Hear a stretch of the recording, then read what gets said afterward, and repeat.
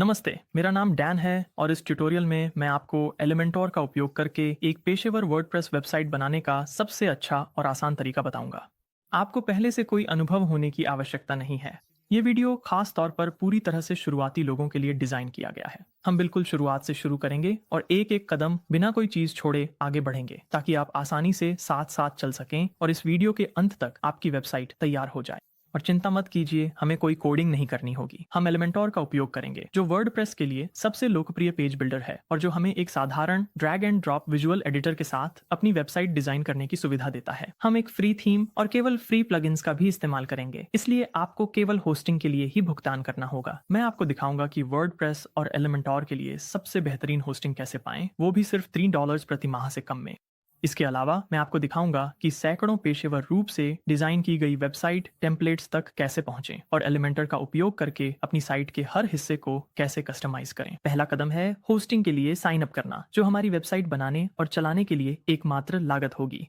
Hosting का मतलब बस इतना है कि आप अपनी वेबसाइट की फाइलों को स्टोर करने के लिए एक सर्वर पर जगह किराए पर लेते हैं। वह सर्वर 24/7 चलता रहता है, जिससे आपकी वेबसाइट हमेशा ऑनलाइन और उपलब्ध रहती है। इसके लिए हम होस्टिंगर का उपयोग करने वाले हैं। ये सबसे बेहतरीन और साथ ही सबसे किफ़ायती होस्टिंग प्रदाताओं में से एक है। असल में यह उन केवल 3 होस्टिंग कंपनियों में से एक है जिन्हें वर्डप्रेस द्वारा आधिकारिक रूप से अनुशंसित किया गया है। और अगर आप हमारे पार्टनर लिंक का उपयोग करके साइन अप करते हैं जो नीचे डिस्क्रिप्शन में है, तो आपको अपने होस्टिंग प्लान पर अतिरिक्त 10% की छूट मिलेगी। तो पैसे बचाने के लिए जरूर उस लिंक का इस्तेमाल करें। एक बार जब आप साइट पर आ जाएं तो क्लेम डील पर क्लिक करें। यहाँ हम होस्टिंगर के प्लान देख सकते हैं। हालांकि बिजनेस प्लान में कुछ अतिरिक्त फायदे हैं, आप बाद में कभी भी अपग्रेड कर सकते हैं और इस ट्यूटोरियल में मैं जो भी दिखा रहा हूं वह सब आप प्रीमियम प्लान के साथ भी कर सकते हैं। तो मैं योजना चुने पर क्लिक करूंगा। इस स्क्रीन पर आप अपनी होस्टिंग अवधि चुन सकते हैं और 48 महीने चुनने से आप इस रेट को लॉक करके सबसे ज्यादा पैसे बचा सकते हैं। लेकिन 12 महीने भी शुरुआत करने के लिए एक बेहतरीन डील है। आपको फिर भी एक फ्री डोमेन मिलता है और मैं कंटिन्यू पर क्लिक करूंगा। अगला कदम है होस्टिंगर पर रजिस्टर करना, जिसके लिए आपको एक यूजर नेम और पासवर्ड बनाना होगा। रजिस्टर करने के बाद अपना बिलिंग पता दर्ज करें, उसके बाद अपनी पेमेंट जानकारी भरें, फिर सबमिट पेमेंट पर क्लिक करें। पेमेंट करने के बाद आप होस्टिंगर की ऑनबोर्डिंग स्क्रीन पर पहुंच जाएंगे। समय बचाने के लिए और फिलहाल ऑनबोर्डिंग सीक्वेंस को स्किप करने के लिए यहाँ ऊपर होस्टिंगर के लोगो पर क्लिक करें और सीधे होस्टिंगर डैशबोर्ड पर जाएं। लीव पर क्लिक करके पुष्टि करें और अब हम होस्टिंगर डैशबोर्ड पर हैं। हमारे टू डू आइटम्स में आप देख सकते हैं कि हमें अपनी ईमेल वेरीफाई करनी है। आइए अपनी ईमेल इनबॉक्स को एक नए टैब में खोलते हैं। होस्टिंगर की वह ईमेल ढूंढें जिसका सब्जेक्ट है वेरीफाई योर ईमेल एड्रेस, उसे खोलें और फिर वेरीफाई ईमेल पर क्लिक करें। इससे वेरिफिकेशन स्टेप पूरा हो जाएगा और हम वापस डैशबोर्ड पर आ जाएंगे। तो अब हम ये बाकी दोनों टैब्स बंद कर सकते हैं। अब जब हमने अपनी ईमेल वेरीफाई कर ली है तो होस्टिंग सेटअप करना आधिकारिक रूप से पूरा हो गया है। अब अगला कदम है अपना फ्री डोमेन चुनना, और डोमेन बस हमारी वेबसाइट का नाम होता है।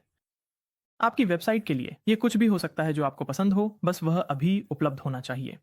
यहाँ क्लेम डोमेन पर क्लिक करें। आदर्श रूप से आप कुछ छोटा, यादगार और उपलब्ध .com डोमेन चुनें। मैं HASWP ट्यूटोरियल 2 चुनूंगा, जैसा कि होस्टिंगर वर्डप्रेस ट्यूटोरियल में है, और फिर चेक अवेलेबिलिटी पर क्लिक करूंगा। जब आपको कोई उपलब्ध डोमेन मिल जाए तो क्लेम डोमेन पर क्लिक करें। यहाँ आपसे अपना डोमेन रजिस्टर करने के लिए संपर्क विवरण भरने के लिए कहा जा सकता है, और ऐसा करने के बाद अपनी ईमेल आईडी को वेरीफाई करना जरूरी है। आइए ये अभी कर लेते हैं ताकि हम भूल ना जाएं। एक बार फिर से अपनी ईमेल इनबॉक्स खोलें। अपने डोमेन का उपयोग करने के लिए अपना ईमेल पता सत्यापित करें। विषय पंक्ति वाला नया ईमेल ढूंढें और उसे खोलें। फिर वेरीफाई ईमेल पर क्लिक करें। एक बार वेरीफाई हो जाने के बाद आप इन दोनों टैब्स को बंद कर सकते हैं। अब जब हमने अपनी होस्टिंग सेट कर ली है और हमारे पास अपना डोमेन भी है, तो अब वर्डप्रेस इंस्टॉल करने का समय है। शुरू करने के लिए यहाँ कंटिन्यू बटन पर क्लिक करें। अब हमें एक वेबसाइट बनानी है और अगर पूछा जाए तो कंटिन्यू सेटअप पर क्लिक करें। आपकी वेबसाइट आपके लिए या आपके व्यवसाय के लिए होगी और हमें एक वेबसाइट बनानी है। नेक्स्ट पर क्लिक करें। यहाँ हम वर्डप्रेस के साथ वेबसाइट बनाना चुनेंगे और फिर अगली स्क्रीन पर आप अपने वर्डप्रेस अकाउंट के लिए लॉगिन डिटेल्स बनाएंगे। ये वही अकाउंट है जिसका उपयोग आप अपनी वेबसाइट को मैनेज करने के लिए करेंगे। नेक्स्ट पर क्लिक करें। यहाँ मैं क्रिएट ब्लैंक साइट चुनने जा रहा हूँ। अगर यह स्क्रीन आपके लिए थोड़ी अलग दिखे या आपको आगे बढ़ने के लिए थीम चुनने के लिए कहे तो चिंता ना करें। मैं आपको बाद में थीम बदलना सिखाऊंगा, इसीलिए अभी के लिए अगर आपको ब्लैंक साइड बटन नहीं दिख रहा है तो डिफ़ॉल्ट थीम चुन लें। इस स्क्रीन पर हमें वह डोमेन चुनना है जिसे हमने अभी रजिस्टर किया है, तो मैं अपने डोमेन को ड्रॉप डाउन से चुनूंगा और फिर आपको अपने दर्शकों के सबसे नज़दीकी डेटा सेंटर का चयन करना है। यहाँ डिफ़ॉल्ट विकल्प आमतौर पर ठीक रहता है, तो मैं अपना वैसा ही छोड़ दूंगा। एक बार चयन हो जाने के बाद मैं इंस्टॉल वर्डप्रेस पर क्लिक करूंगा और यह आमतौर पर कुछ ही मिनटों में पूरा हो जाएगा। बहुत बढ़िया। अब हम वर्डप्रेस एडमिन डैशबोर्ड पर पहुंच गए हैं। ये आपकी वेबसाइट का बैकएंड है जहां आप कोई बदलाव करने, पेज प्रकाशित करने या कुछ नया इंस्टॉल करने के लिए आएंगे। आप यहां होस्टिंगर सेक्शन में पहुंचेंगे, तो चलिए डैशबोर्ड होम पे क्लिक करते हैं। डिजाइनिंग शुरू करने से पहले इन टाइल्स और संदेशों को साफ कर लेते हैं ताकि आपका WP एडमिन डैशबोर्ड अव्यवस्था से मुक्त रहे। मैं वेलकम बैनर को हटा दूंगा और फिर स्क्रीन ऑप्शंस खोलूंगा। यहाँ मैं सभी स्क्रीन एलिमेंट्स को अनचेक कर दूंगा। अगर आप चाहें तो बाद में इन्हें फिर से जोड़ सकते हैं। फिर मैं अपनी स्क्रीन ऑप्शंस को बंद कर दूंगा। अब अगला महत्वपूर्ण काम है थीम इंस्टॉल करना, जो हमारी वेबसाइट को बुनियादी संरचना देगा। एक थीम रंग, फॉन्ट्स और लेआउट्स को नियंत्रित करती है और हम एक लोकप्रिय फ्री थीम एस्ट्रा इंस्टॉल करेंगे। अपने डैशबोर्ड से अपीयरेंस पर होवर करें और फिर थीम्स पर क्लिक करें। फिर ऐड थीम पर क्लिक करें। अगर आपको ये यहाँ नहीं दिख रहा है तो आप ऊपर दाईं ओर सर्च कर सकते हैं। मैं एस्ट्रा टाइप करूंगा, फिर उस पर होवर करके इंस्टॉल पर क्लिक करूंगा। इंस्टॉल हो जाने के बाद एक्टिवेट पर क्लिक करें। अब मैं आपको दिखाऊंगा कि कैसे एक प्लगइन का उपयोग करके सैकड़ों फ्री वेबसाइट टेम्पलेट्स तक पहुंच प्राप्त कर सकते हैं, जिन्हें पूरी तरह से कस्टमाइज किया जा सकता है। एक प्लगइन आपकी वेबसाइट के लिए एक ऐप की तरह काम करता है। यह नई सुविधाएं जोड़ता है, ठीक वैसे ही जैसे आपके फोन में ऐप्स करते हैं। प्लगइन्स पर क्लिक करें, फिर ऊपर जाकर ऐड प्लगइन पर क्लिक करें। प्लगइन्स में स्टार्टर टेम्पलेट सर्च करें। जब आपको यह वाला दिखे तो इंस्टॉल नाउ पर क्लिक करें। इंस्टॉल हो जाने के बाद स्टार्टर टेम्पलेट्स खोलने के लिए एक्टिवेट पर क्लिक करें। यहाँ बिल्ड विद टेम्पलेट्स पर क्लिक करें। अगर आपको एलिमेंटोर एक विकल्प के रूप में नहीं दिख रहा है तो कृपया ऊपर दाईं ओर कार्ड में दिए गए वीडियो को देखें, जो आपको इसे ठीक करने का तरीका बताएगा, और फिर एलिमेंटोर को हमारे पेज बिल्डर के रूप में चुनें। यहाँ मैं मे बी लेटर चुनूंगा। अब हमें एक टेम्पलेट चुनना है। टेम्पलेट्स थीम से अलग होते हैं, जिसे हमने पहले ही एस्ट्रा इंस्टॉल करते समय चुना था। वह थीम पूरी वेबसाइट की ओवरऑल लुक को कंट्रोल करती है, जिसमें रंग, फॉन्ट्स और सभी पेजों का लेआउट शामिल है। लेकिन एक टेम्पलेट केवल किसी एक विशेष पेज का लेआउट कंट्रोल करता है, जैसे होम पेज, अबाउट पेज या कॉन्टैक्ट पेज। आप यहाँ श्रेणी के अनुसार टेम्पलेट्स ब्राउज कर सकते हैं और आप देखेंगे कि जो टेम्पलेट्स पेड हैं उन्हें प्रीमियम के रूप में चिह्नित किया गया है, लेकिन शुरू करने के लिए बहुत सारे फ्री टेम्पलेट्स भी उपलब्ध हैं। टेम्पलेट का उपयोग करने से हमारा काफी समय बचेगा और हमें एक प्रोफेशनल लुक के साथ शुरुआत करने में मदद मिलेगी। अगर आप इन टेम्पलेट्स में से किसी पर क्लिक करते हैं तो आपको इसका प्रीव्यू दिखेगा कि ये कैसा दिखेगा, और आप यहाँ पेजों के बीच नेविगेट भी कर सकते हैं। वापस जाकर कुछ और चुनने के लिए आप बस X पर क्लिक कर सकते हैं। मैं इस टेम्पलेट का उपयोग करने जा रहा हूं, जिसका नाम है प्लैनेट अर्थ, क्योंकि यह एलिमेंटर पेज बिल्डर सीखने के लिए अच्छा है और विभिन्न इंडस्ट्रीज के लिए लचीला भी है। एक बार जब हम टेम्पलेट चुन लेते हैं तो आप अपनी वेबसाइट को कस्टमाइज करना शुरू कर सकते हैं, जैसे कि साइट लोगो जोड़ना, और अगर चाहें तो फ़ॉन्ट पेयरिंग्स भी बदल सकते हैं। इसके नीचे हम नए रंग पैलेट्स के साथ प्रयोग कर सकते हैं, लेकिन अभी के लिए मैं डिफ़ॉल्ट विकल्पों के साथ ही रहूंगा और हम कंटिन्यू पर क्लिक कर सकते हैं। इस फीचर चयन चरण में मैं स्किप दिस स्टेप पर क्लिक करूंगा। अगर आपको यह इनसफिशिएंट मेमोरी लिमिट संदेश दिखाई देता है तो आप यहाँ भी स्किप एंड कंटिन्यू का विकल्प चुन सकते हैं। और अंत में इस स्क्रीन पर आपको अपनी जानकारी भरने की आवश्यकता नहीं है, लेकिन आपको इस बॉक्स को चेक करना होगा ताकि आप यह स्वीकार करें कि आप अपनी साइट सेटिंग्स को ओवरराइट कर रहे हैं और नया कंटेंट जोड़ रहे हैं। एक बार चेक करने के बाद सबमिट और बिल्ड माई वेबसाइट पर क्लिक करें। इसमें 1 या 2 मिनट लग सकते हैं, लेकिन जैसे ही यह पूरा हो जाए आप यहाँ क्लिक करके अपनी वेबसाइट देख सकते हैं। अगर हम यहाँ नीचे स्क्रॉल करें तो हम अपने होम पेज का बाकी हिस्सा देख सकते हैं और हम अपने मेनू बार में अन्य पेजों पर नेविगेट करके भी देख सकते हैं।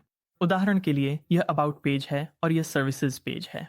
आइए देखें कि ये पेज हमारे वर्डप्रेस डैशबोर्ड के अंदर से कैसे दिखते हैं। वर्डप्रेस एडमिन बार में अपनी वेबसाइट के नाम पर जाएं। फिर हम राइट क्लिक करके अपने डैशबोर्ड को एक नए टैब में खोल सकते हैं। फिलहाल मैं एलिमेंटर, स्टार्टर टेम्पलेट्स और अपना ईमेल इनबॉक्स बंद कर दूंगा। अब वापस उसी डैशबोर्ड पर चलते हैं जिसे हमने अभी खोला था। डैशबोर्ड से बाएं मेनू में पेजेस पर जाएं और यहाँ हम अपने पेजों की सूची देख सकते हैं। अब जब हमारी साइट बन चुकी है और हमारा थीम, प्लगइन और टेम्पलेट सब सेट हो चुके हैं, तो चलिए एलिमेंट और पेज बिल्डर का उपयोग करके अपनी वेबसाइट को कस्टमाइज करते हैं। पेज बिल्डर तक पहुंचने के कुछ तरीके हैं। इस पेज के व्यू से हम जिस पेज को एडिट करना चाहते हैं उस पर बस एडिट विद एलिमेंटोर पर क्लिक कर सकते हैं। मैं इस हाइपरलिंक पर कमांड क्लिक करूंगा ताकि होम पेज एक नए टैब में खुल जाए। तो ये पहला तरीका था, लेकिन फिलहाल इसे बंद कर देते हैं और मैं आपको दूसरा तरीका दिखाता हूं। पेजेस के अंदर से चलिए फिर से अपने विजिट साइट लिंक पर जाते हैं और इसे कमांड क्लिक करके एक नए टैब में खोलते हैं। और जैसे ही हमारा होम पेज खुल जाता है, हम WP एडमिन बार में यहीं एडिट विद एलिमेंटोर पर क्लिक कर सकते हैं। मैं पहले से खुला हुआ हमारा सर्विसेज पेज बंद कर दूंगा। कस्टमाइज करना शुरू करने से पहले चलिए पहले समझते हैं कि हमारी वेबसाइट के पेज कैसे संरचित हैं। हमारी वेबसाइट का हर पेज कंटेनरों का उपयोग करके बनाया गया है और इन कंटेनरों के अंदर एलिमेंट्स होते हैं। मैं इस पैनल को बंद कर दूंगा। दाईं ओर यह फ्लोटिंग स्ट्रक्चर पैनल हमें दिखाता है कि हमारे कंटेनर और एलिमेंट्स पेज पर कैसे व्यवस्थित हैं। होम पेज पर हमारे पास 4 मुख्य कंटेनर हैं।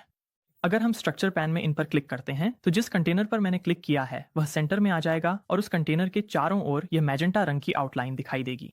अगर मैं इस मुख्य कंटेनर को खोलता हूं तो हम यहाँ एक और कंटेनर को ग्रे रंग की आउटलाइन में देख सकते हैं।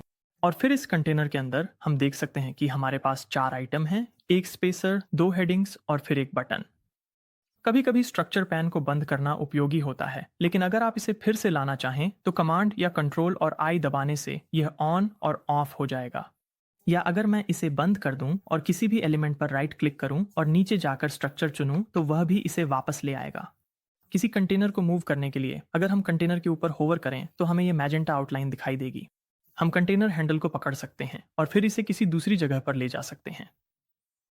बाकी एप्लीकेशंस की तरह अगर हम उस मूव को अनडू करना चाहें तो कमांड Z दबा सकते हैं। मैं स्ट्रक्चर पैन को बंद करने जा रहा हूं। नया कंटेनर जोड़ने के लिए चलिए किसी मौजूदा कंटेनर पर होवर करते हैं और फिर नया कंटेनर जोड़ने के लिए प्लस आइकन पर क्लिक करते हैं। यहाँ एक बार फिर प्लस पर क्लिक करते हैं और फिलहाल के लिए फ्लेक्स बॉक्स चुनते हैं। मैं बाद में फ्लेक्स बॉक्स और ग्रिड के बीच का अंतर समझा सकता हूँ। मैं यह 2 स्तंभ वाली संरचना चुनूंगा और अब हम कुछ एलिमेंट्स जोड़ सकते हैं। तो अगर हम यहाँ बाईं ओर जाएं और ऐड एलिमेंट पर क्लिक करें तो यह हमें हमारे विजिट्स पर वापस ले आएगा और मैं यहाँ आसानी से एक नया हेडिंग ड्रैग कर सकता हूँ। इसके बाद मैं टेक्स्ट एडिटर विजेट के साथ एक नया पैराग्राफ भी जोड़ सकता हूँ। वह मैजेंटा बार मुझे दिखाती है कि यह कहाँ ड्रॉप होगा और हम एक बटन भी जोड़ सकते हैं। और जब आप एलिमेंट्स को इधर उधर खींचते हैं तो आपको एक मैजेंटा बार दिखाई देगा जो ये दर्शाता है कि विजेट कहाँ रखा जाएगा। उदाहरण के लिए आप देख सकते हैं कि जब हम अपने बटन को खींचते और घुमाते हैं तो यह स्थान कैसे बदलता है। एलिमेंट्स को हटाने के लिए हम राइट क्लिक कर सकते हैं और डिलीट चुन सकते हैं। मैं टेक्स्ट को डिलीट कर दूंगा। अगर आप किसी एलिमेंट को चुनते हैं और हम फिर से स्ट्रक्चर पैनल खोलते हैं तो हम उस एलिमेंट को यहाँ से भी डिलीट कर सकते हैं। और फिर हम इस कंटेनर को भी स्ट्रक्चर पैनल में देखेंगे, हम इसे भी डिलीट कर सकते हैं।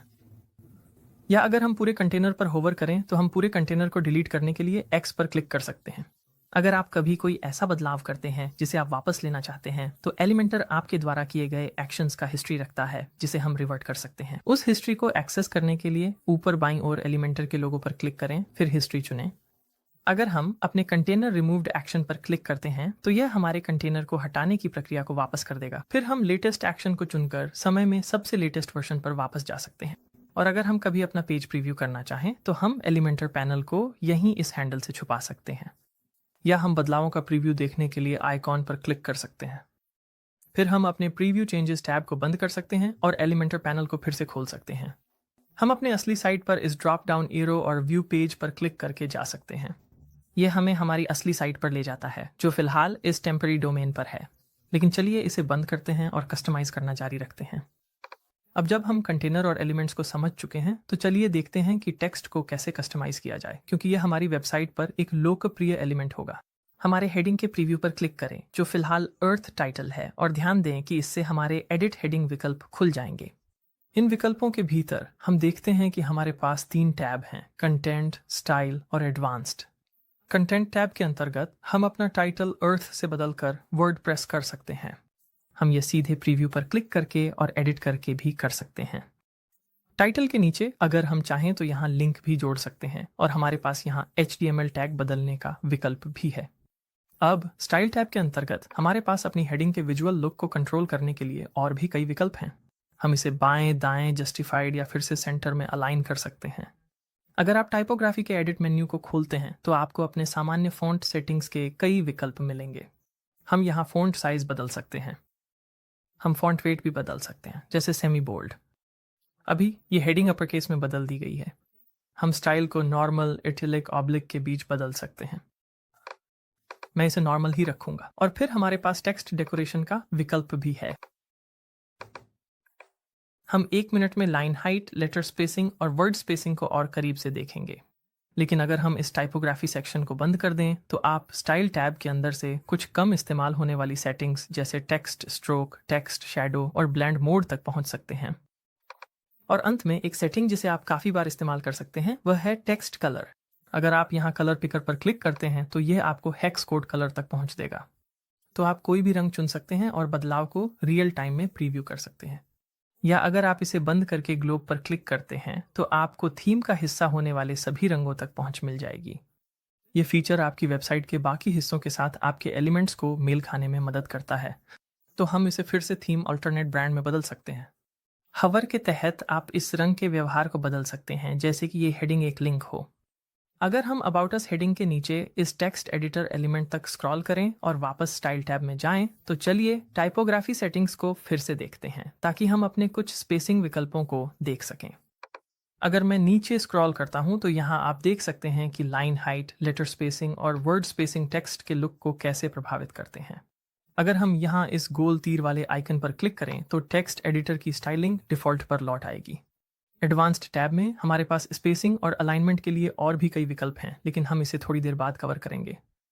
फिलहाल चलिए बाकी एलिमेंट टाइप्स को एक्सप्लोर करते हैं। हम बटन के टेक्स्ट को भी ठीक वैसे ही एडिट कर सकते हैं जैसे सामान्य टेक्स्ट एलिमेंट्स को करते हैं, लेकिन हम बटन को खुद भी कस्टमाइज कर सकते हैं। चलिए ऊपर स्क्रॉल करते हैं उस बटन तक जो हमारी होम पेज के टॉप पर है। चलिए वास्तव में इस बटन को डिलीट कर देते हैं और शुरू से शुरू करते हैं। तो अगर हम राइट क्लिक करें तो हम डिलीट कर सकते हैं और फिर अपने एलिमेंट्स पैनल से एक नया बटन ड्रैग और ड्रॉप कर सकते हैं। चलिए अपने बटन को एडिट करना शुरू करते हैं। कंटेंट टैब में मैं टाइप को डिफ़ॉल्ट ही रहने दूंगा, लेकिन यहाँ टेक्स्ट बदलूंगा, ठीक वैसे ही जैसे हमने पहले अन्य टेक्स्ट एलिमेंट्स के साथ किया था। और मैं कहूँगा वर्डप्रेस प्राप्त करें। और आम तौर पर बटन हमारे विजिटर्स को हमारी वेबसाइट के पेजों के बीच नेविगेट करने में मदद करते हैं। तो यहाँ लिंक के तहत मैं चाहता हूँ कि ये बटन विजिटर्स को हमारे कॉन्टैक्ट पेज पर ले जाए।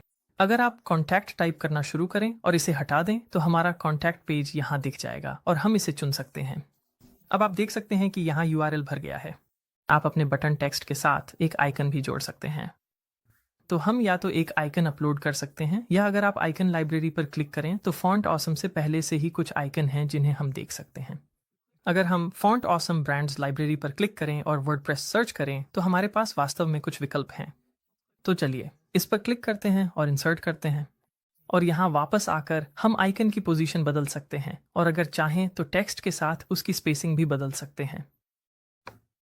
मुझे लगता है कि मुझे ये दाईं ओर पसंद है। अब स्टाइल के तहत चलिए बटन के लुक में कुछ बदलाव करते हैं।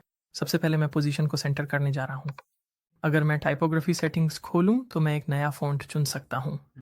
मैं इसका साइज़ बढ़ा सकता हूँ। मुझे 25 जैसा कुछ अच्छा लग रहा है और मैं टेक्स्ट को बोल्ड कर सकता हूँ। शायद लेटर स्पेसिंग को अपनी पसंद के अनुसार कम कर सकता हूँ। और अगर मैं ऊपर स्क्रॉल करूँ और टाइपोग्राफी पैन को बंद करूँ तो मुझे यहाँ बटन का टेक्स्ट कलर सफ़ेद पसंद है, लेकिन हम असली बटन का रंग बदल सकते हैं। हम एक हेक्स रंग चुन सकते हैं जैसा कि हमने पहले देखा है, या फिर हम अपनी थीम में से कुछ चुन सकते हैं। और मैं शायद एक्सेंट के साथ जाऊंगा। बॉक्स शैडो के तहत हमारे पास कुछ विकल्प हैं जिनका उपयोग हम अपने बटन को अलग दिखाने के लिए कर सकते हैं। अगर मैं इसे सूक्ष्म रखना चाहूँ तो हम शैडो के फैलाव को इस तरह से सेट कर सकते हैं कि वह हमारे बटन के किनारे से बस थोड़ा सा ही बाहर निकले। यहाँ आप ब्लर को भी नियंत्रित कर सकते हैं। और कलर के तहत हम उस शैडो की अपारदर्शिता, ओपेसिटी को भी कम कर सकते हैं। तो मैं कलर पिकर और बॉक्स शैडो विकल्पों को बंद कर दूंगा। बॉर्डर रेडियस वह है जिससे आप तीखे कोनों को गोल कर सकते हैं। तो अगर आप इसे पूरी तरह से बढ़ा दें तो आप यहाँ काफ़ी गोल बटन बना सकते हैं। मैं कुछ 5 जैसा मान लूँगा ताकि बहुत ही सूक्ष्म प्रभाव मिले, और इन मानों को आप यहाँ इस बटन से लिंक या अनलिंक भी कर सकते हैं। और पैडिंग के तहत आपके पास बटन के आकार पर और भी अधिक नियंत्रण होता है। आइए इन मानों को चेन पर क्लिक करके अनलिंक कर दें और मुझे लगता है कि ऊपर और नीचे 15 पिक्सल और दाईं और बाएं 25 पिक्सल कुछ अच्छा लगेगा। अंत में अगर हम यहाँ ऊपर होवर को चुनें तो हमारे पास ये पूरी आज़ादी है कि बटन होवर स्टेट में कैसा दिखेगा। तो चलिए बॉक्स शैडो को सक्षम करते हैं। अगर आपको याद हो तो हमने अभी अभी नॉर्मल स्टेट की शैडो को हल्का किया था, इसलिए होवर स्टेट में बॉक्स शैडो के ये डिफ़ॉल्ट मान बटन को और गहरा बना देंगे। आइए इसे आजमाते हैं। हम बटन के होवर रंग को भी बदल सकते हैं, तो चलिए ग्लोब पर क्लिक करते हैं। चलिए एक्सेंट चुनते हैं, लेकिन इसे थोड़ा गहरा शेड बना देते हैं। इस तरह जब हम होवर करेंगे तो ये एक्सेंट रंग भी गहरा हो जाएगा और मुझे ये अच्छा लग रहा है। लेकिन आप यहाँ ट्रांजिशन की अवधि भी बदल सकते हैं अगर आप चाहते हैं कि ये थोड़ा ज़्यादा समय ले, और आप चाहें तो होवर एनिमेशन भी जोड़ सकते हैं।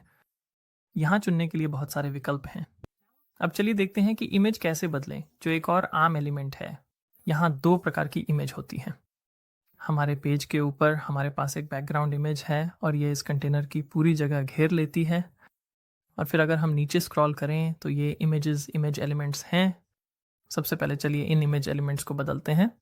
जब हम इमेज पर क्लिक करेंगे तो हमें हमारे 3 जाने पहचाने सेटिंग्स टैब्स दिखेंगे। कंटेंट के तहत अगर हम इस इमेज पर होवर करें तो हम चूज इमेज पर क्लिक कर सकते हैं। यह हमें हमारी मीडिया लाइब्रेरी में ले जाएगा। यहाँ से हम अपने टेम्पलेट में शामिल किसी भी इमेज को चुन सकते हैं। ये इमेजेस पहले ही हमारी साइट पर इस्तेमाल हो चुकी हैं। अगर हम सर्च इमेजेस पर क्लिक करें तो ये कॉपीराइट फ्री इमेजेस हैं जिन्हें हम इस्तेमाल कर सकते हैं, या फिर हम वापस अपलोड पर जा सकते हैं और अपनी खुद की इमेज अपलोड कर सकते हैं। मैं एक फ़ाइल चुनूंगा और उसे अपनी मीडिया लाइब्रेरी में लाने के लिए अपलोड करूंगा। फिर मैं सेलेक्ट पर क्लिक करूंगा और उसे अपनी साइट में जोड़ दूंगा।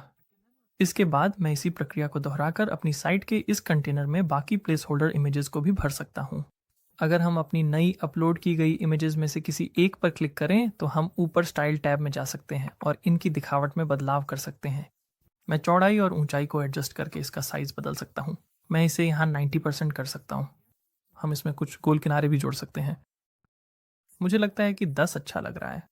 और हम अपने बटन की तरह ही एक हल्का बॉक्स शेडो भी इनेबल कर सकते हैं। आप स्लाइडर्स को एडजस्ट कर सकते हैं या सीधे वैल्यू भी डाल सकते हैं। थोड़ा प्रयोग करने के बाद मुझे लगता है कि कुछ ऐसा दिखना अच्छा लग रहा है। और क्योंकि मैं चाहता हूं कि ये इमेजेस इस कंटेनर के अंदर एक जैसी दिखें, इसीलिए मैं बाकी 2 इमेजेस में भी यही बदलाव करने में थोड़ा समय लूँगा। इन इमेज एलिमेंट्स की तरह ही हमारे पास कंटेनर बैकग्राउंड्स को कंट्रोल करने का भी विकल्प है। तो मैंने पेज के टॉप तक स्क्रॉल किया है। चलिए इस कंटेनर को कंटेनर हैंडल पर क्लिक करके सिलेक्ट करते हैं और स्टाइल टैब के तहत बैकग्राउंड टाइप क्लासिक पर सेट है। तो हम इसे एक सिंपल कलर भी बना सकते हैं, लेकिन चलिए इमेज को बदलते हैं। इमेज पर क्लिक करके और एक नई इमेज चुनकर मैं यहाँ फिर से कुछ अपलोड करूँगा और एक फ़ाइल सिलेक्ट करूँगा। जैसे ही इमेज अपलोड हो जाए फिर से सिलेक्ट करें और जब वह बदल जाए तो हम नीचे स्क्रॉल करके यहाँ कुछ महत्वपूर्ण सेटिंग्स देख सकते हैं। ऐसे मामलों में पोजीशन विशेष रूप से महत्वपूर्ण होती है। डिफ़ॉल्ट रूप से इमेज सेंटर पर पोजीशन होती है, लेकिन मैं चाहता हूँ कि इन एलिमेंट्स और मेरी इमेज में जो बैकग्राउंड में पहाड़ हैं उनके बीच थोड़ा स्पेस हो।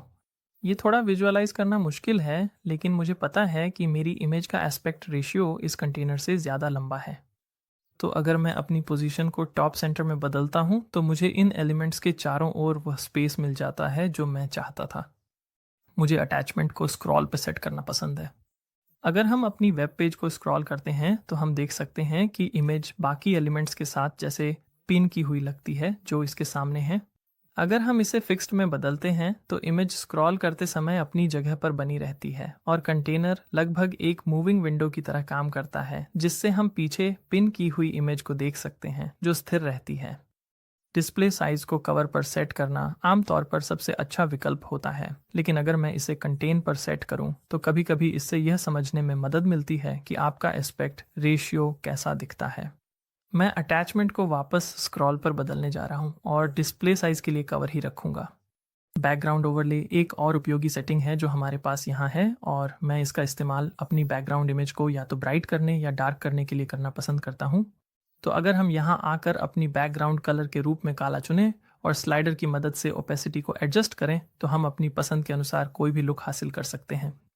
हालांकि इस वेबसाइट के लिए मुझे लगता है कि सफ़ेद रंग का इस्तेमाल करना और ओपेसिटी को एडजस्ट करना हमारे लिए कंट्रास्ट बढ़ाने में मदद करेगा और यह मेरी नज़र में थोड़ा बेहतर दिखता है। ऐसे एलिमेंट्स जैसे ये हेडिंग्स और बटन ज़्यादा अच्छे से उभर कर आते हैं। अगर हम वापस बैकग्राउंड पर जाएं तो क्लासिक के अलावा भी अन्य बैकग्राउंड टाइप्स हैं जो इमेज को सपोर्ट करते हैं। ग्रेडियंट हमें 2 रंग चुनने की सुविधा देता है और हर रंग के लिए लोकेशन स्लाइडर और एंगल स्लाइडर का उपयोग करके हम अपने लुक को एडजस्ट कर सकते हैं। हम इन्हें यहाँ देख सकते हैं। आइए यहाँ एक रंग चुनते हैं और आप देख सकते हैं कि रंग 1 किस तरह रंग 2 के साथ इंटरेक्ट करता है और हम रंग 1 और रंग 2 की लोकेशन के साथ साथ एंगल का उपयोग करके यह लुक बना सकते हैं। आप किसी भी YouTube वीडियो को अपलोड करके वीडियो बैकग्राउंड भी जोड़ सकते हैं। डेमोन्स्ट्रेशन के लिए मैंने पहाड़ों का एक वीडियो ढूंढा है और अब मैं इस लिंक को यहाँ पेस्ट करने जा रहा हूँ। मुझे पहले से पता है कि कौन से सेकंड्स के टाइम स्टैम्प्स चाहिए, तो मैं उन्हें यहाँ दर्ज कर दूंगा। फिर जब मैं अपनी लिंक पेस्ट करूंगा तो ये वीडियो के उसी हिस्से पर चला जाएगा जिसे मैंने इन टाइम स्टैम्प्स के अनुसार चुना है। अगर आप वीडियो बैकग्राउंड का विकल्प चुनते हैं तो यह बैकग्राउंड फॉलबैक इमेज ज़रूरी है ताकि अगर वीडियो लोड ना हो तो यह दिखाई दे। इसके अलावा इस मामले में हमें शायद अपनी सफ़ेद लेयर की अपारदर्शिता ओपेसिटी बढ़ानी चाहिए क्योंकि इसमें सबसे अच्छा कंट्रास्ट नहीं है। अगर मैं इसे 50 के करीब लाता हूं तो हम अपने हेडिंग्स और बटन में लिखे शब्दों को बहुत बेहतर देख सकते हैं। अंत में अगर हम ऊपर स्क्रॉल करें तो हम इस बैकग्राउंड टाइप को स्लाइड शो में बदल सकते हैं।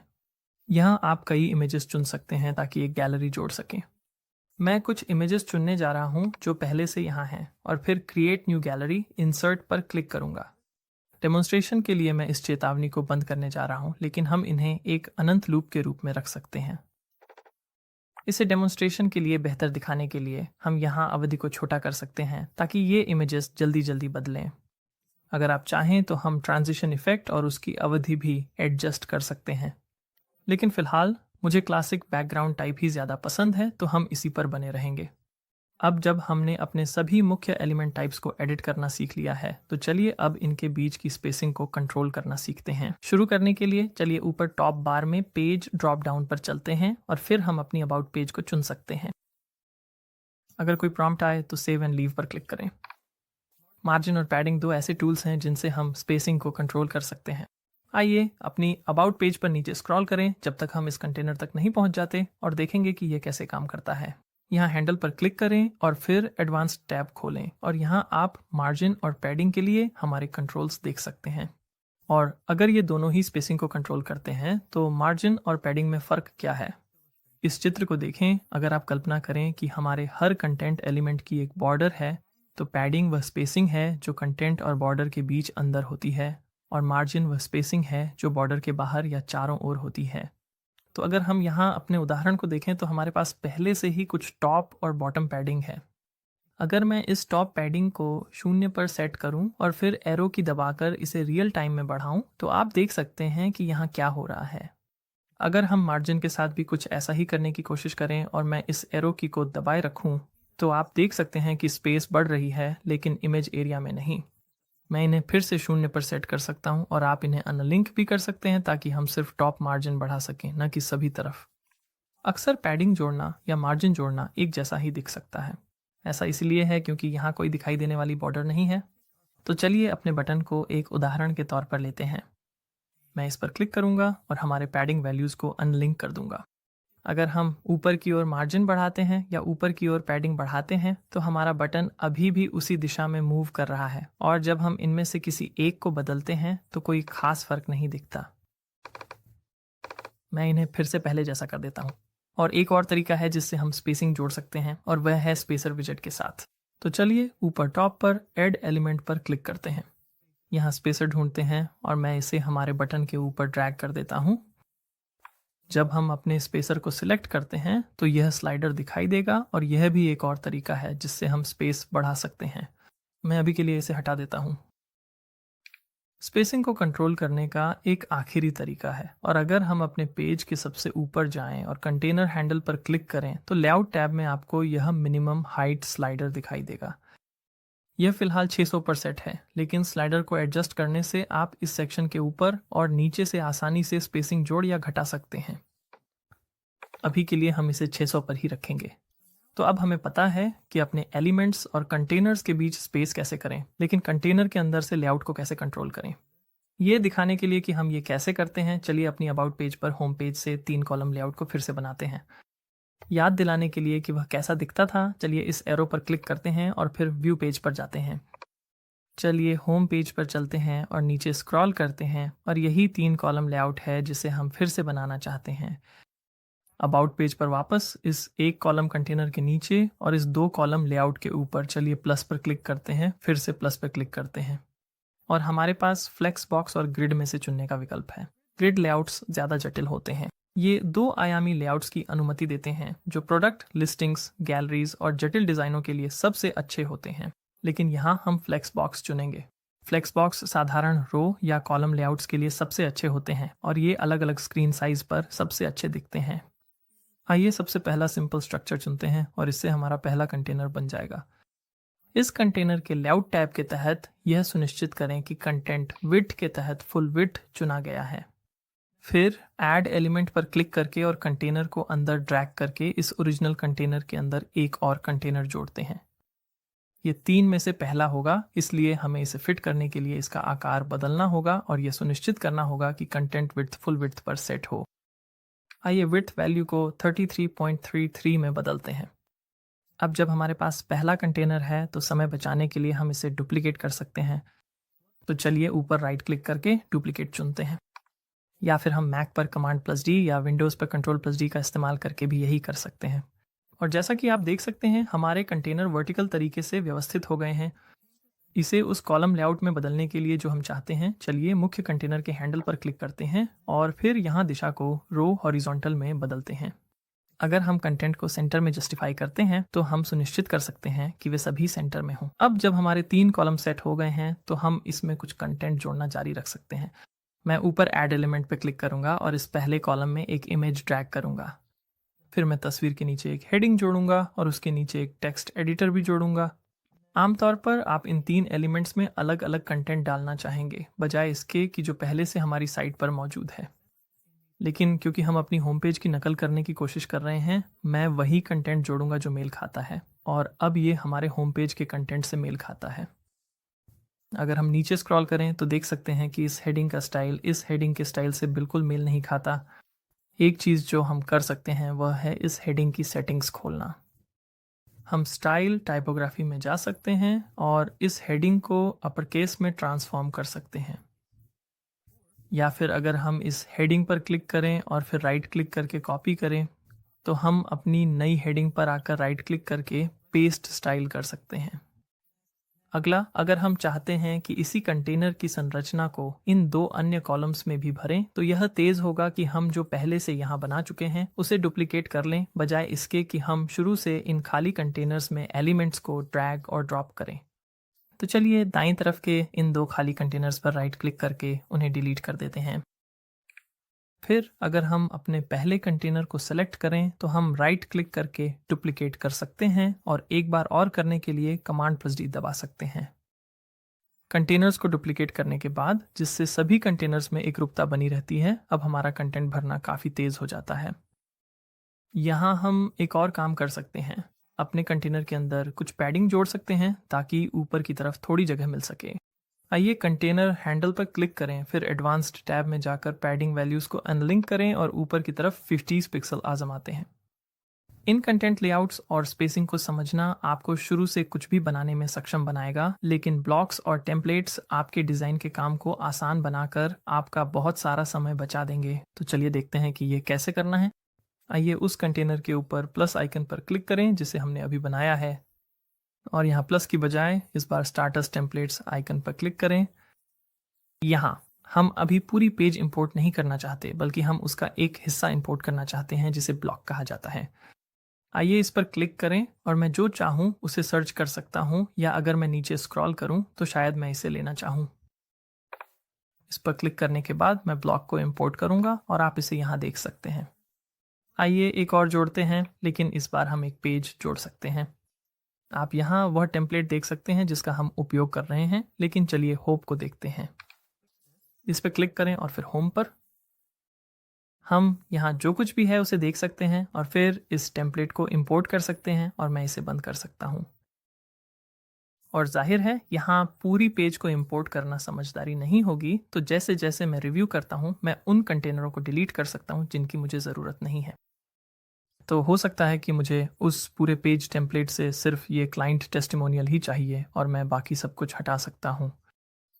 तो ये वह है जिसे हमने अभी ब्लॉक के रूप में इंपोर्ट किया था और ये हमने पेज के रूप में इंपोर्ट किया था। हालांकि हमने पेज का ज़्यादा हिस्सा रखा ही नहीं। अब आगे आइए देखें कि अपनी वेबसाइट पर डिफ़ॉल्ट फ़ॉन्ट्स और रंगों को कैसे बदलें, न कि सिर्फ किसी एक एलिमेंट के स्तर पर बल्कि पूरी वेबसाइट पर। हमें यह बदलाव पूरे वर्डप्रेस स्तर पर करना होगा, तो चलिए पहले अपना ड्राफ्ट सेव कर लेते हैं। फिर अपनी वेबसाइट का प्रीव्यू करें। वर्डप्रेस एडमिन बार में कस्टमाइज का चयन करें। अब चलिए अपने ग्लोबल सेटिंग्स देखते हैं और हम टाइपोग्राफी से शुरू कर सकते हैं। ऊपर की ओर हमारे पास कुछ प्रीसेट्स हैं जिन्हें आप आजमा सकते हैं और अगर आपको पसंद ना आए तो आप उन्हें वापस भी कर सकते हैं। तो हम इस वाले को देख सकते हैं और आप देख सकते हैं कि ये कैसे बदल रहे हैं, लेकिन मैं शायद इसे वापस कर दूं। नीचे आप बेस फॉन्ट के अंदर बॉडी फॉन्ट और हेडिंग्स फॉन्ट दोनों में बदलाव कर सकते हैं और हेडिंग फॉन्ट के अंदर सभी हेडिंग टाइप फॉन्ट्स में भी। तो अगर मैं इस पेंसिल पर क्लिक करता हूं तो आप यहां इनमें से किसी में भी बदलाव कर सकते हैं और आप इसी तरह से ग्लोबल कलर्स भी बदल सकते हैं। तो चलिए ऊपर मेन्यू में वापस क्लिक करते हैं और कलर्स पर क्लिक करते हैं। टाइपोग्राफी की तरह हमारे पास चुनने के लिए कई ग्लोबल पैलेट्स हैं। मैं 2 या 3 या डार्क को देख सकता था।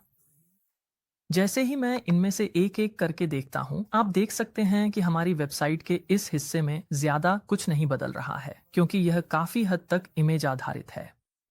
मैं डिफॉल्ट पर ही रहूंगा, लेकिन हम इन सभी व्यक्तिगत रंगों को भी बदल सकते हैं। इन थीम रंगों के नीचे आप साइट की पृष्ठभूमि का रंग बदल सकते हैं, लेकिन मुझे इसे सफेद ही रखना पसंद है। अगर हम ऊपर स्क्रॉल करें और फिर से वापस जाएं, तो हमारे पास बटन के लिए भी इसी तरह के विकल्प हैं। तो यह उन सभी बटनों में बदलाव करने के लिए एक बेहतरीन जगह होगी अगर कोई खास स्टाइल है जिसे आप हर बार हर एक एलिमेंट पर बार बार दोहराना नहीं चाहते। जब आप संतुष्ट हों तो आप पब्लिश पर क्लिक करके अपने सभी बदलाव लागू कर सकते हैं। अब हम इन सेटिंग्स को बंद कर सकते हैं और अपनी होम पेज पर वापस जा सकते हैं।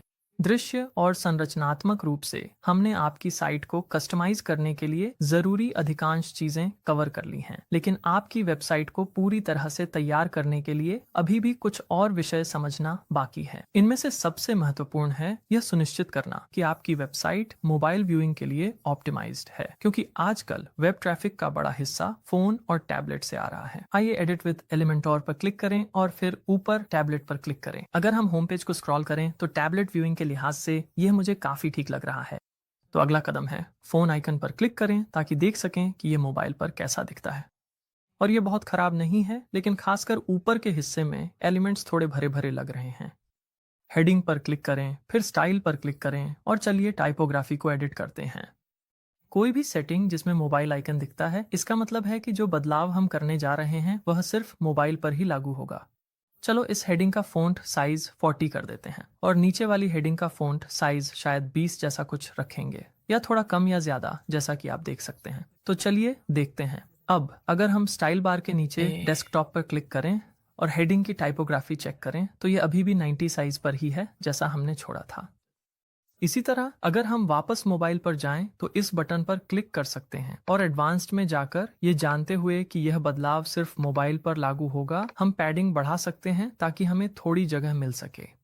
आप पूरे सेक्शन को भी डिवाइस टाइप के आधार पर छुपा सकते हैं।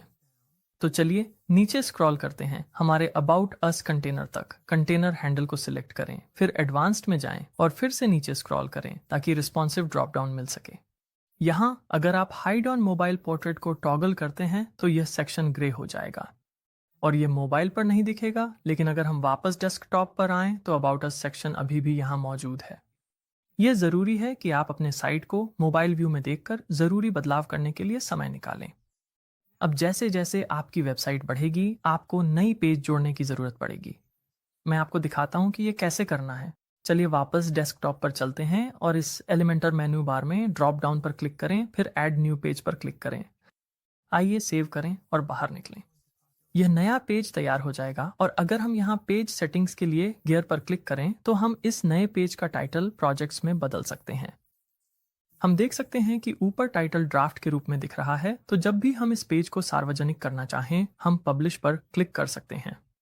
अब हम यहाँ पहले की तरह स्टार्टर्स टेम्पलेट्स से शुरू कर सकते हैं, जैसे कि हमने पहले पेज या ब्लॉक टेम्पलेट्स जोड़ने के लिए किया था, लेकिन हम अपने अन्य पेजों से कंटेनर भी कॉपी कर सकते हैं, जो एक नया पेज जल्दी से बनाने का एक और आसान तरीका है। आइए प्रीव्यू चेंजेस पर क्लिक करें ताकि एक प्रीव्यू खुल जाए और हम उस पेज पर जा सकते हैं जिससे हम कोई कंटेनर कॉपी करना चाहते हैं। तो अगर हम सर्विसेज पेज पर जाएं तो चलिए इस ऊपर वाले हिस्से को ही कॉपी कर लेते हैं। यहाँ एडिट विद एलिमेंटर पर क्लिक करें, फिर कंटेनर हैंडल पर क्लिक करके इस कंटेनर को फोकस करें। मैं इसे कॉपी करने के लिए राइट क्लिक करूंगा। अब अगर हम अपने नए प्रोजेक्ट्स पेज पर वापस जाएं तो राइट क्लिक करके वही सेक्शन पेस्ट कर सकते हैं। और अब हम इस हेडिंग को एडिट करेंगे। हम चाहते हैं कि इसमें प्रोजेक्ट्स लिखा हो और चलिए इसे फिर से पब्लिश करते हैं। अगर हम अपना प्रीव्यू देखें तो देख सकते हैं कि यह टॉप हेडर हमारे बाकी पेजों की तरह ट्रांसपेरेंट नहीं है। इसे ठीक करने के लिए एडिट पेज पर क्लिक करें। मैं इसे बंद कर दूंगा। इसके बाद हम यहाँ एस्ट्रा सेटिंग्स में जा सकते हैं और फिर नीचे स्क्रॉल करके एडवांस्ड सेटिंग्स पर जाएं। ट्रांसपेरेंट हेडर के अंतर्गत इनेबल्ड पर क्लिक करें। इस विंडो को बंद करें, फिर सेव पर क्लिक करें। अब अगर हम इस पेज को देखें तो देख सकते हैं कि हेडर अब ठीक हो गया है। लेकिन एक चीज जो हम नोटिस करते हैं वह ये है कि हमारा नया पेज प्रोजेक्ट्स अभी तक ऊपर नेविगेशन मेनू में नहीं है। इस पेज को मेनू में जोड़ने के लिए हमें वापस अपने वर्डप्रेस डैशबोर्ड पर जाना होगा। तो चलिए यहाँ ऊपर बाईं ओर वर्डप्रेस लोगो पर क्लिक करते हैं। फिर हम अपीयरेंस में जाकर मेन्यूज पर जा सकते हैं। सबसे हाल के पेजों के अंतर्गत हम प्रोजेक्ट्स पर क्लिक कर सकते हैं, फिर ऐड टू मेन्यू पर क्लिक करें। अगर हम यहाँ नीचे स्क्रॉल करें तो देख सकते हैं कि वह जोड़ दिया गया है। हम इसे ऊपर खींचकर इसकी क्रमबद्धता तय कर सकते हैं। हम इसे इंडेंट करके एक सब मेनू बना सकते हैं, लेकिन फिलहाल इसे बाहर ही रखते हैं और जब हम संतुष्ट हों तो सेव मेन्यू पर क्लिक करें। यह देखने के लिए कि वह पेज जोड़ा गया है, चलिए अपनी वेबसाइट को खोलते हैं। WP एडमिन बार में ऊपर दिए गए लिंक पर कमांड क्लिक करके और इसे इस नए टैब में खोलते हैं। हम देख सकते हैं कि हमारा प्रोजेक्ट्स पेज अब हमारे सर्विसेज पेज के बगल में दिखाई दे रहा है। अगर हम वापस सेटिंग्स में आएं तो नीचे स्क्रॉल करें और अपने प्रोजेक्ट्स को एक टैब्ड सब आइटम मेनू में ले जाएं। फिर से सेव करें, वापस अपने टैब में जाएं, रिफ्रेश करें और अब प्रोजेक्ट्स यहाँ सर्विसेज के नीचे एक ड्रॉप डाउन में स्थित है। मेनू में से किसी भी लिंक को हटाना भी बहुत आसान है। तो यहाँ वापस वर्डप्रेस में इनमें से किसी भी ड्रॉप डाउन को खोलें और खोलने के बाद आप उसे हटा सकते हैं और सेव करके उसे मेनू से पूरी तरह निकाल सकते हैं। मैं प्रोजेक्ट्स को वापस यहाँ ले जा रहा हूँ और सेव कर रहा हूँ। तो अब जब हमें पता चल गया है कि इस मेनू को कैसे बदलना है, तो चलिए देखते हैं कि हेडर के बाकी हिस्से को कैसे कस्टमाइज करें, जैसे कि लोगो और मेनू के रंग बदलना। हमारी वेबसाइट टैब पर वापस आते हैं। यहाँ से हम कस्टमाइज पर क्लिक कर सकते हैं, फिर हेडर बिल्डर पर क्लिक कर सकते हैं। लोगो बदलने के लिए साइट टाइटल एंड लोगो पर यहाँ या यहाँ क्लिक करें। फिर चेंज लोगो पर हम कोई फाइल अपलोड करने के लिए चुन सकते हैं, तो मैं यहाँ एक चुनूंगा। अपलोड करने के बाद इसे एक बार फिर से चुनें। मेरा लोगो सुझाए गए क्रॉप में अच्छी तरह फिट हो जाता है, इसलिए मैं इमेज को क्रॉप करूंगा। और अगर आपके प्रीव्यू में लोगो नहीं बदलता है तो संभवतः इसका कारण यह है कि आप रेटिना या हाई पिक्सल डेंसिटी डिस्प्ले का उपयोग कर रहे हैं। तो आप यहाँ अपने लोगो का उच्च रिजोल्यूशन संस्करण अपलोड कर सकते हैं, लेकिन अभी के लिए मैं सभी डिवाइस के लिए यही एक लोगो इस्तेमाल करने जा रहा हूँ। और जब मैं उस स्विच को टॉगल करता हूँ तो आप देख सकते हैं कि मेरा लोगो अब दिखाई देने लगा है। हम यहाँ इस स्लाइडर की मदद से अपने लोगो का आकार बदल सकते हैं और मुझे यह आकार ठीक लग रहा है। अगर हम नीचे स्क्रॉल करें तो हम एक साइट आइकन भी अपलोड कर सकते हैं, जिसे फेविकॉन भी कहा जाता है। मैं उस पर क्लिक करूंगा, फिर साइट आइकन चुनूंगा और एक और फाइल अपलोड करूंगा। आपका लोगो छोटे आकार में इसके लिए अच्छा दिख सकता है, लेकिन मेरे पास इसके लिए एक अलग फाइल है। मैं इसे चुनूंगा और यहाँ क्रॉपिंग को छोड़ दूंगा और जैसे ही यह अपलोड हो जाएगा आप देख सकते हैं कि यह टैब में प्रभावी हो गया है। हमारा प्रीव्यू बड़ा आकार में यही है। अब अगर हम वापस जाएं और हेडर बिल्डर चुनें तो हमारे पास साइट लोगो और प्राइमरी मेनू जैसी चीज़ों को फिर से स्थानांतरित करने का विकल्प है। तो मैं इसे सेंटर में खींच सकता हूँ और आप देख सकते हैं कि इससे क्या बदलाव आता है। आप इसे ऊपर या नीचे किसी भी पंक्ति में खींच सकते हैं, लेकिन मुझे इसका लुक पसंद नहीं है, इसलिए मैं इसे यहीं छोड़ दूंगा। इन मेनू रंगों को बदलने के लिए चलिए नीचे स्क्रॉल करते हैं और ट्रांसपेरेंट हेडर पर क्लिक करते हैं, फिर डिज़ाइन टैब पर जाते हैं। फिर अगर हम मेनू कलर के तहत नीचे स्क्रॉल करें तो हम टेक्स्ट लिंक के रंग को सामान्य और होवर एक्टिव स्टेट्स के बीच बदल सकते हैं। मुझे टेक्स्ट का रंग काला पसंद है, लेकिन मैं इस रंग को अपने लोगो के टोन से मेल कर दूंगा। मैंने वह हेक्स कॉपी कर लिया है और अब मैं इसे यहाँ जोड़ दूंगा। अब सक्रिय मेनू आइटम का रंग मेरे लोगो के रंग से मेल खाएगा। इन बदलावों को सेव करने के लिए चलिए पब्लिश पर क्लिक करते हैं। अगर हम यहाँ नीचे स्क्रॉल करें तो हम इस वेबसाइट के फुटर को भी ठीक वैसे ही एडिट कर सकते हैं जैसे अभी हमने हेडर को एडिट किया था। तो चलिए यहाँ एक्स पे क्लिक करते हैं, वापस कस्टमाइज पे जाते हैं और फिर नीचे फुटर बिल्डर पे क्लिक करते हैं। इससे फुटर पर फोकस हो जाएगा और आप देख सकते हैं कि यहाँ भी हमारे पास इसी तरह का लेआउट है। चलिए इस कॉपीराइट को खोलते हैं और हम साल का मान ठीक करने जा रहे हैं। तो यहाँ 2022 की जगह मैं इसे हटा दूंगा। मैं एक बायां ब्रैकेट टाइप करूंगा, फिर करंट ईयर लिखूंगा और दाएं ब्रैकेट से बंद करूंगा। और अब यह एक वेरिएबल है जो वर्तमान वर्ष को दिखाता है। अब जब यह ठीक हो गया है तो चलिए अपने लोगों को हेडर के अनुसार बदलते हैं। मैं इस पेन आइकन पर क्लिक करूंगा। मैं यहाँ समझ गया कहूंगा। मैं लोगो पर रिप्लेस पर क्लिक करूंगा और फिर मीडिया लाइब्रेरी खोलूंगा। मैं अपने लोगो को वैसे ही चुनूंगा जैसे पहले किया था। सेलेक्ट पर क्लिक करूंगा, फिर फूटर मेन्यू विकल्पों तक दोबारा पहुंचने के लिए हम बैक पर क्लिक कर सकते हैं और यहाँ फूटर मेन्यू पर क्लिक कर सकते हैं, या हम यहीं पर भी क्लिक कर सकते हैं। हमारे पास इन पेजों को इनलाइन में बदलने का विकल्प है, जैसा कि अभी दिख रहा है, या स्टैक में भी कर सकते हैं। मुझे इनलाइन पसंद है और आप इसे अपनी पसंद के अनुसार व्यवस्थित कर सकते हैं। अपनी बदलावों को सेव करने के लिए चलिए पब्लिश पर क्लिक करते हैं और फिर हम कस्टमाइजर को बंद कर सकते हैं। और जब हम अपनी वेबसाइट से संतुष्ट हो जाएं तो हम लाइट स्पीड कैश प्लगइन को सक्रिय कर सकते हैं, जिससे हमारी वेबसाइट तेज हो जाएगी। यहाँ लोगो पर क्लिक करके चलिए वापस वर्डप्रेस पर चलते हैं। फिर चलिए प्लगइन्स में जाएं, ऐड प्लगइन पर क्लिक करें, लाइट स्पीड कैश सर्च करें, LITE टाइप करें और फिर इस प्लगइन को ढूंढकर इंस्टॉल नाउ पर क्लिक करें। इंस्टॉल हो जाने के बाद हम एक्टिवेट पर क्लिक कर सकते हैं। हम इसे यहाँ अपनी प्लगइन्स सूची में देख सकते हैं। भविष्य में जब हम अपनी साइट पर काम करेंगे तो हम इसे डीएक्टिवेट कर सकते हैं, लेकिन फिलहाल हमारी वेबसाइट की परफॉर्मेंस बेहतर हो जाएगी। अब आप जानते हैं कि अपनी वर्डप्रेस वेबसाइट को एलिमेंटोर के साथ कैसे सेटअप करना है। अगर आपने अभी तक फॉलो नहीं किया है तो याद रखें कि डिस्क्रिप्शन में दिए गए लिंक का इस्तेमाल करने पर आपको होस्टिंगर पर होस्टिंग के लिए अतिरिक्त 10% की छूट मिलेगी। देखने के लिए धन्यवाद।